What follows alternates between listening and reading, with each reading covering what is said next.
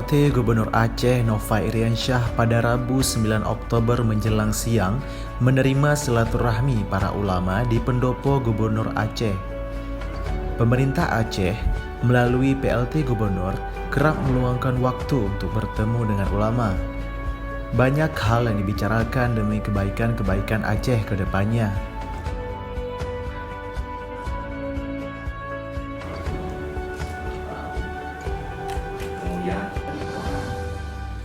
Kebetulan para abunya hadir di sini.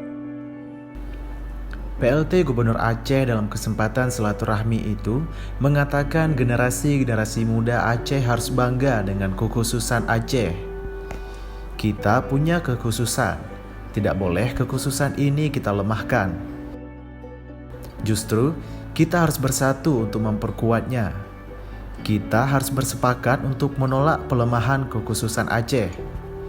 Pak Nova juga mengatakan akan selalu bersama para ulama-ulama daiyah dalam setiap kebijakan-kebijakan yang diambil, apalagi menyangkut dengan masalah agama dan sosial kemasyarakatan. Sekian, Hidayatullah DH TV melaporkan.